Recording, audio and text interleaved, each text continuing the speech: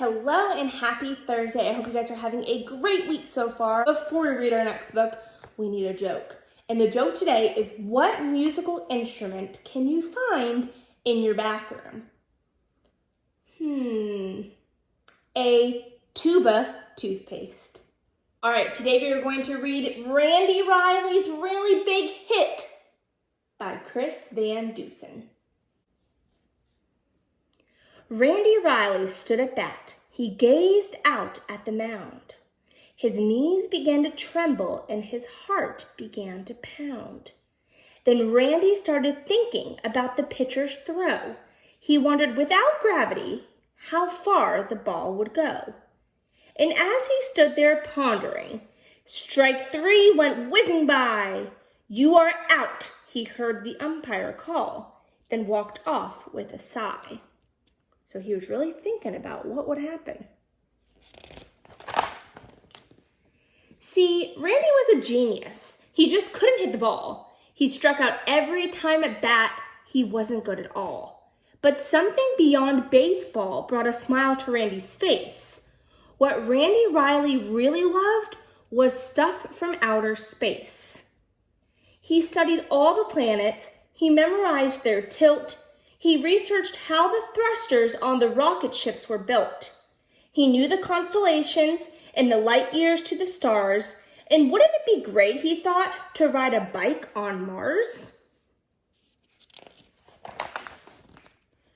When Randy Riley got back home, he went up to his room. He knew he stunk at baseball, and it filled his heart with gloom. So he took his favorite robots from the shelf above his bed and staged a game of baseball with his robot team instead. Ooh, that looks fun.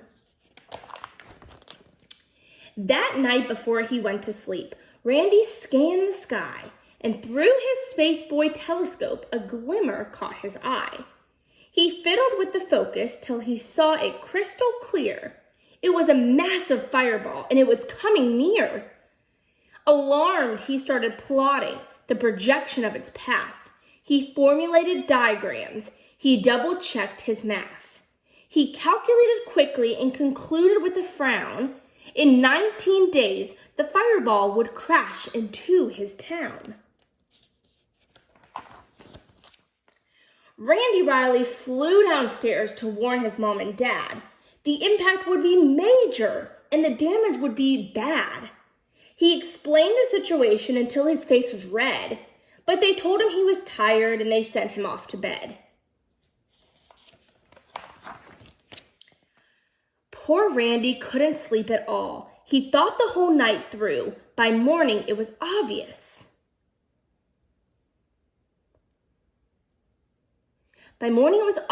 Just what he had to do. He gathered what he needed with determined resolution and lugged it off behind the shed to work on his solution. Randy toiled for 18 days while other kids had fun, but he was on a mission, so he worked till he was done.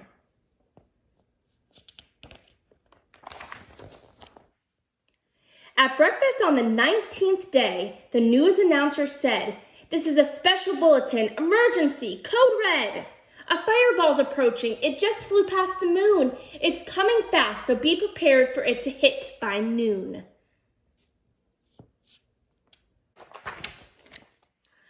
Everybody burst outside as fear and panic grew. But Randy ran back to the shed. He had a job to do. He grabbed the tarp and gave a tug. It slid off to reveal the mighty mammoth robot man he'd welded out of steel. The robot needed power, and Randy knew precisely that 97 batteries would energize it nicely. The eyes lit up. The engine whirled. Step one was now complete. So far, so good, thought Randy. Then they thundered down the street. Step 2 of Randy's mission took place just south of town in a section known as Millville, where he slowed the robot down. The robot ripped the smokestack off an old abandoned mill. Then Randy turned the throttle knob to march him up the hill.